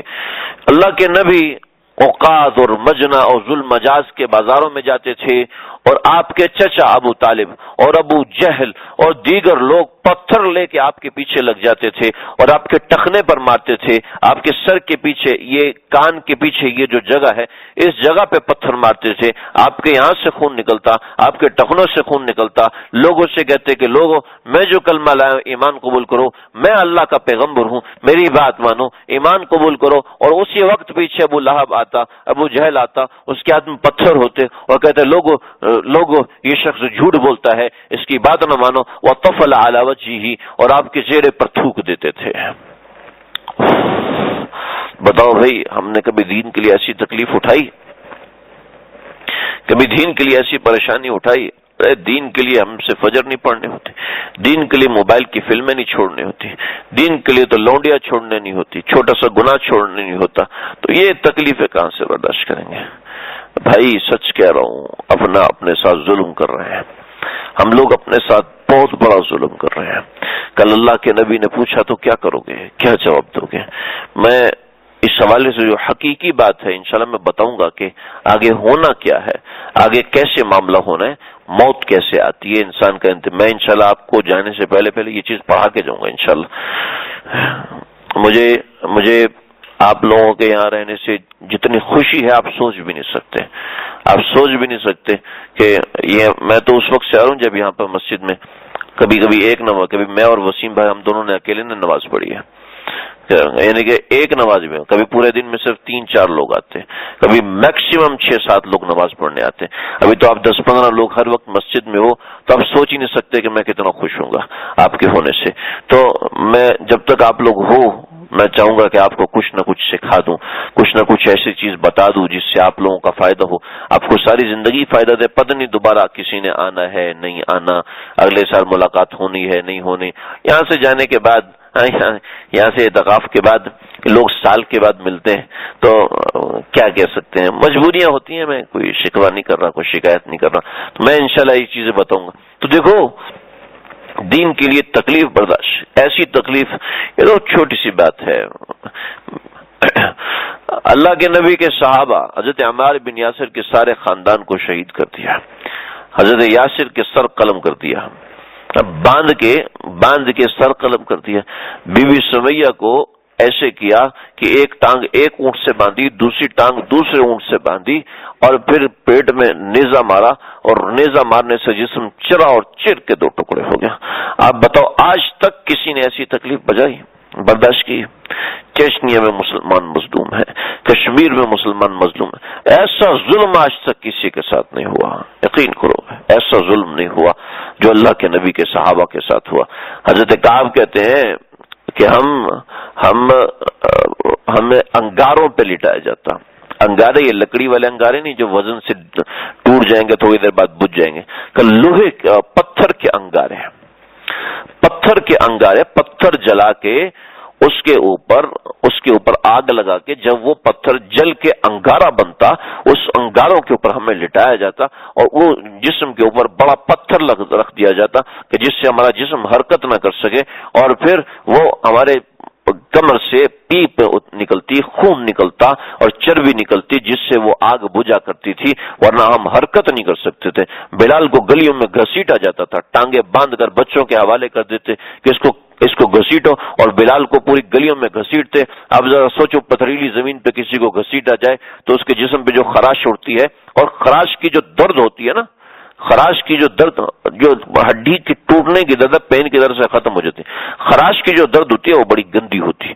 خراشیں اور پھر وہ جلتی ہوئی چٹانوں سے خراشیں، ایسی تکلیف ہے، ایسی تکلیف ہے. بالآخر اللہ کے نبی کے چند صحابہ نے 5 ہجری کے اندر ہجرت کی، ہجرت کر کے حبشہ چلے گئے، اور پھر اس کے بعد 7 ہجری میں کچھ اور صحابہ نے ہجرت کی، ہجرت کر کے آگے چلے گئے. وہاں جا کے جو منظر وہ بڑا دلچسپ ہے، میں کتاب لے کے آؤں گا، اس میں سے کچھ چیز آپ کو پڑھ کے سناؤں گا، وہ بڑا دلچسپ ہے، میں وہ اس کو کبھی آگے عرض کروں گا. ابھی ایک بات اور عرض کر دوں. یہ طفیل بن عمر، انہوں نے اسلام قبول کیا. ابو ذر غفاری، انہوں نے اسلام قبول کیا. ایسے ہی ایک بہت بڑی شخصیت حضرت سیدنا عمر فاروق رضی اللہ عنہ. ابو جہل نے کہا کہ دیکھو کوئی جا کے ان کو ختم کر دے اور مجھ سے 100 اونٹ انعام میں لے لے. 100 اونٹ، 100 مطلب 1 کروڑ، 1 کروڑ سے اوپر. 100 اونٹ انعام لے لے کوئی جا کے محمد صلی اللہ علیہ وسلم کو قتل کرے. عمر فاروق کہنے لگے کہ میرے ذہن میں تھا، کیونکہ وہ تو غلط سمجھتے تھے نا، وہ سمجھتے تھے کہ ایک نئی چیز آ رہی ہے جو کہ امن و امان کے خلاف ہے، ہماری تباہی کا باعث بنے گی. وہ تو اپنے آپ کو صحیح سمجھتے تھے. کہنے لگے بھائی یہ جو ہمارا سسٹم خراب ہو رہا ہے، ہمارا کعبۃ اللہ میں لڑائی ہو رہی ہے، ہمارے گھروں میں لڑائی ہو رہی ہے، بہن بھائی سے الگ ہے، بھائی بہن سے الگ ہے، ہر کوئی جدا جدا ہو رہا ہے، بس یہ میں ایک سنا کے ختم کروں گا آج. لگے کہ یہ اتنا سب کچھ ہو رہا ہے تو ایسا کرتے ہیں کہ میں جا کے محمد صلی اللہ علیہ وسلم کو ختم کر دیتا ہوں. نعوذ باللہ من ذالک. دنیا کا سب سے بڑا گناہ ہے کسی نبی کو مارنا، کسی نبی کو قتل کرنا. اب ذرا دیکھو کہ سیدنا عمر فاروق رضی اللہ عنہ دنیا کا سب سے بڑا گناہ کرنے جا رہے تھے، سب سے عظیم گناہ دنیا کا کرنے جا رہے تھے سیدنا عمر فاروق. اور اللہ نے کیسے انتظام کیا جذب کرنے کا؟ ایسا انتظام کیا کہ عمر فاروق وہاں سے چلے. ان کو پتہ چلا کہ اچھا کہ زیادہ سے زیادہ میں مر جاؤں گا تو یہ جو فساد ہے یہ ختم ہو جائے گا، کہ ان کے قصاص میں مجھے ختم کر دیا جائے گا تو یہ معاملہ ختم ہو جائے گا. ان کے قبیلہ بنو ہاشم والے صرف مجھے ماریں گے، کوئی بات نہیں مار لیں، لیکن مکہ میں جو فساد مچ رہا ہے اور مکہ کے باہر کے لوگ آ کے اسلام قبول کر رہے ہیں، یہ جو فساد مچ رہا ہے یہ ختم ہو جائے گا. تلوار لی اور تلوار لے کے نکلے. راستے میں ابو نعیم ملے، کہنے لگے کہ ابو عمر کہاں جاتے ہو؟ کہا بس ساتھ جا رہا ہوں محمد مصطفیٰ صلی اللہ علیہ وسلم کو ختم کرنے. عمر کا ایک رعب تھا، ایک جلال تھا، ایک ایسا جلال تھا کہ ہر کوئی کانپتا تھا. عرب میں کسی دوسرے نے اپنا نام عمر نہیں رکھا تھا، عمر کے نام کے جلال کی وجہ سے کسی دوسرے نے اپنا نام عمر رکھا ہی نہیں تھا. اگر کوئی رکھتا تھا وہ عمر رکھتا تھا، عمر بن عاص. عمر کوئی نہیں رکھتا تھا کہ عمر کا رعب ایسا تھا. چنانچہ اور دوسرا ابو جہل نے اپنا نام عمر رکھا تھا کہ ان دونوں کا رعب اتنا خطرناک تھا. چنانچہ حضرت عمر وہاں سے نکلے اور نعیم کہنے لگے کہ ابو نعیم کہنے لگے کہ عمر کہاں جاتے ہو؟ کہا یہ کرنے جا رہا ہوں. کہاں جا رہے ہو؟ پہلے اپنے گھر کو تو سیدھا کرو. کہا کیا ہوا؟ کہ تمہاری بہن فاطمہ نے کلمہ پڑھ لیا ہے. او اچھا. وہیں سے تلوار لے کے مڑے اور بھاگے اپنے گھر میں. جب بھاگے گھر کی طرف، گھر کے دروازے پہ پہنچے تو اندر سے قرآن پڑھنے کی آواز آ رہی تھی. اور حضرت عمر وہ شخص ہیں جو کہ خود کعبۃ اللہ میں چھپ کے قرآن سنا کرتے تھے. اور قرآن کی چاشنی ایسی تھی، میں وہ بات کر رہا تھا نا، کفار کعبۃ اللہ میں چھپ کے قرآن سنتے تھے. جیسے آج کل کے لونڈے لپاڑے چھپ کے ابا سے گانے سنتے ہیں، چھپ کے ابا سے فلمیں دیکھتے ہیں، تو اما ابا سے چھپ کے سب کچھ کرتے ہیں.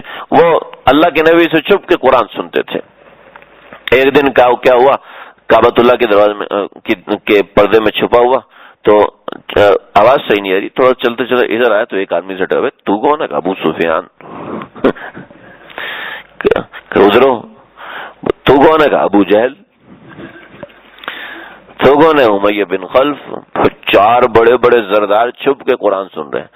کہتے خبردار جو کل کوئی آیا، خبردار جو کل کوئی بھی نہیں آئے گا. ٹھیک ہے، سب نے وعدہ کیا کوئی بھی چھپ کے قرآن نہیں سنے گا. چنانچہ سب چلے گئے. اگلے دن کجلی ہونا شروع ہوئی. ابو سفیان کہتے عمر تو بات کا پکا ہے وہ نہیں آئے گا. عمر تو بات کا پکا ہے. عمر کہہ رہے ہیں ابو سفیان تو سردار ہے وہ نہیں آئے گا.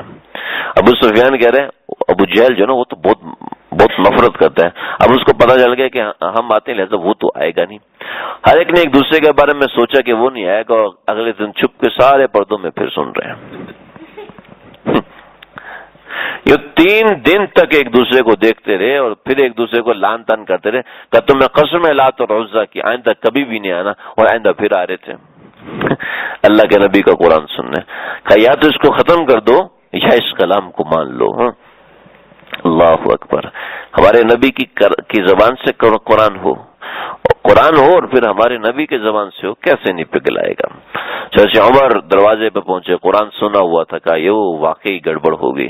گھر میں پہنچے، پوچھنے کی ضرورت نہیں پڑی، غصہ ایسا آیا کہ بہن کو مارنا شروع کیا۔ پھر بہنوئی درمیان میں تو ان کو یوں ہاتھ مارا، اور ان کو جب دیکھا کہ بہنوئی ہے تو بہنوئی کی پیٹائی کرنا شروع کر دی، اور جب بہنوئی کی پیٹائی کی تو جب انسان تھوڑا سا چیخ چنگاڑ لیتا نا، اس کا غصہ ٹھنڈا ہو جاتا ہے، شرمندگی ہونا شروع ہو جاتی ہے۔ جب بہن کو دیکھا تو وہ خون و خون ہوئی پڑی، کیونکہ ہاتھ میں تلوار تھی، اور عرب لوگ ہاتھ میں وہ یہ تلوار کے اس جگہ پر نا ایک خود پہن کے رکھتے تھے کہ تلوار چلانے والے جیسے کبھی ادھر تو پروٹیکشن نہیں ہوتی نا تلوار چلاتے وقت، یہاں پروٹیکشن نہیں ہوتی، تو یہاں پر لوہا لگا ہوتا تھا تاکہ یہاں پہ کوئی تلوار مارے تو بچت ہو جائے، تو یہاں پہ پروٹیکشن لگاتے تھے یہاں سے لے کے یہاں تک۔ تو حضرت عمر نے یوں مارا تھا تو حضرت عمر کی بہن کو یہ پروٹیکشن جا کے لوہے کی ان کے سر پہ لگی، جب سر پہ لگی تو وہ ان کا سر زخمی ہو گیا، تو اب خون بہ رہا تھا ان کے سر سے، تو اب خون دیکھ کر حضرت عمر کو شرمندگی ہوئی کہ میں نے بہن کو مار دیا، تو بہن کا دل رکھنے کے لیے کہا کہ بھائی تم کیا پڑھ رہی تھی مجھے دکھاؤ۔ تو قرآن مجید چھپاتے چھپاتے ایک صفحہ وہاں پر رہ گیا تھا، قرآن مجید کا ایک ٹکڑا رہ گیا تھا، کیونکہ قرآن مجید ہمارا کتابی شکل والے تو تھا نہیں، کبھی کوئی کسی پتے پہ لکھا ہوا ہے، کبھی کسی چھال پہ لکھا ہے، کبھی کسی کھال پہ لکھا ہوا ہے، تو وہ ایک ٹکڑا باہر رہ گیا۔ تو حضرت عمر نے ہاتھ اٹھانے کے لیے آگے بڑھایا تو ان کی بہن فاطمہ دوڑی اور پکڑ کے اٹھا لیا، عمر تم ناپاک ہو، تم اس کو چھو نہیں سکتے، تم ناپاک ہو، تم اس کو نہیں پڑھ سکتے۔ کب مجھے اس کو پڑھنے کے لیے کیا کرنا پڑے گا؟ کہا عمر اس کے پڑھنے کے لیے تمہیں پہلے غسل کرنا پڑے گا۔ چنانچہ عمر گئے اور غسل کیا، غسل کر کے کہا کہ ہاں ذرا پڑھ کے سنائیے۔ پھر جب پڑھ کے سنایا، طٰہٰ ما انزلنا علیک القرآن لتشقى الا تذکرۃ لمن یخشى تنزیلا ممن خلق الارض والسماوات العلی الرحمن على العرش استوى له ما في السماوات وما في الأرض وما بينهما وما تحت الثرى وإن تجهر بالقول فإنه يعلم السر وأخفى الله لا إله إلا هو له الأسماء الحسنى وهل أتى جب یہاں تک وہ کہا بس رک جاؤ، دل پھٹ جائے گا۔ اسی حالت میں واپس مڑے اور اللہ کے نبی دار ارقم میں بیٹھے تھے۔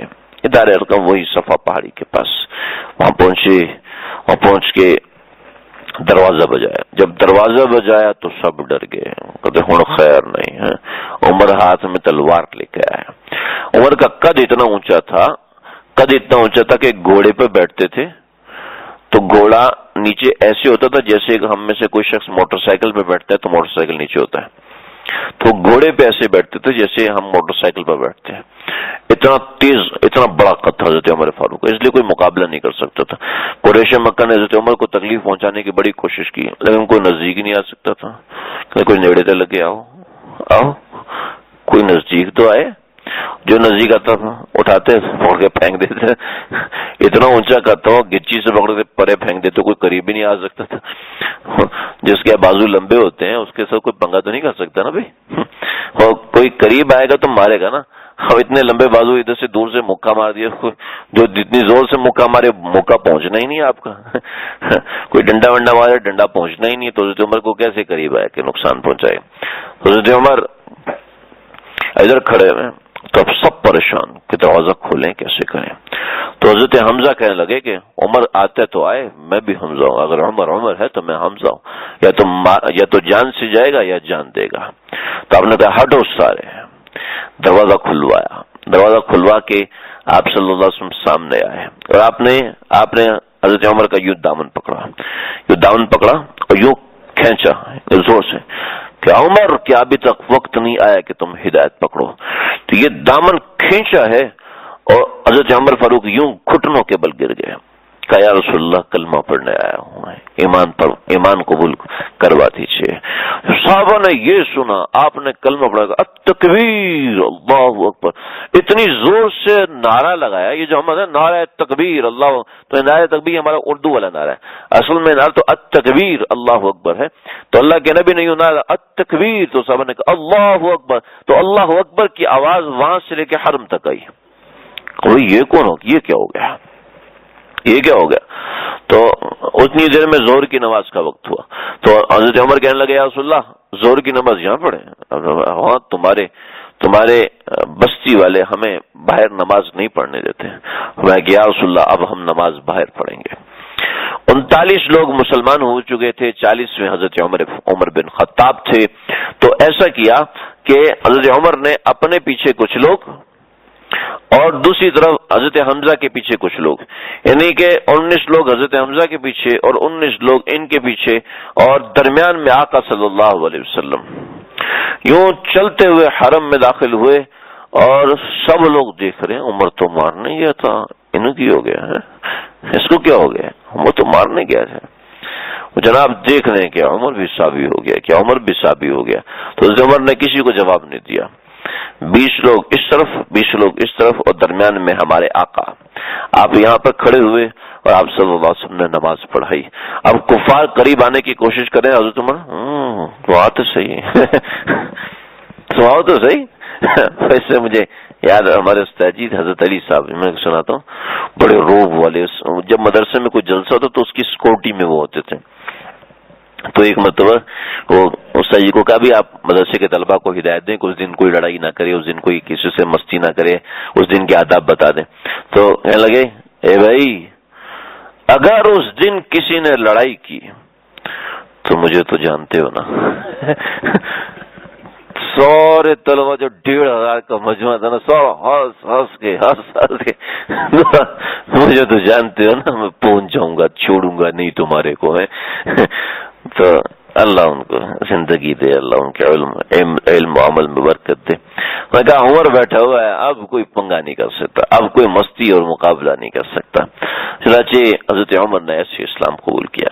اس کے بعد انشاءاللہ میں آئندہ ہجرت کے حوالے سے بتاؤں گا، ہجرت حبشہ کے بارے میں بتاؤں گا، اور شاب ابی طالب اور معراج کے بارے میں ذکر کروں گا۔ اللہ تعالیٰ مجھے آپ کو، ہم سب کو سمجھنے کی، عمل کرنے کی توفیق عطا فرمائے، سیرت کے ان ابواب کو سیکھنے کی، اس کی تڑپ رکھنے کی توفیق عطا فرمائے۔ وآخر دعوانا الحمد للہ رب العالمین، ربنا تقبل منا انک انت السمیع العلیم وتب علینا انک انت التواب الرحیم۔ اے اللہ ہمارے آقا کا اس ذکر خیر کو اپنے بارگاہ میں قبول فرما لیجیے، منظور فرما لیجیے۔ اے اللہ اس ذکر کو ہماری زندگی کا حصہ بنا دیجیے، ہمارے آقا سے سچی محبت عطا فرمائیے، ان کی سنتوں سے پیار عطا فرمائیے، ان کے طریقے زندگی کو اپنانے والا بنائیے، ان سے تعلق ہمارے دل کی گرہ بنا دیجیے، ان سے تعلق کو ہماری زندگی کا حصہ بنا دیجیے۔ یہ جو باتیں ذکر کی ہیں ہے اللہ، ان کو ہدیتاً آپ صلی اللہ علیہ وسلم کے دربار میں پیش کرتے ہیں، اللہ جی قبول فرما لیجیے۔ ہمارے آنکھوں کو پیغام دے دیجیے کہ مسجد بلال میں، ابلاغ آمبا سوسائٹی میں کچھ لوگ بیٹھے آپ کا ذکر کر رہے ہیں، اللہ ان کا دل ہم سے خوش فرما دیجیے، مسرور فرما دیجیے۔ اللهم ربنا تقبل منا انك انت السميع العليم وتب علينا انك انت التواب الرحيم وصلى الله تعالى على خير محمد وآله وصحبه اجمعين برحمتك۔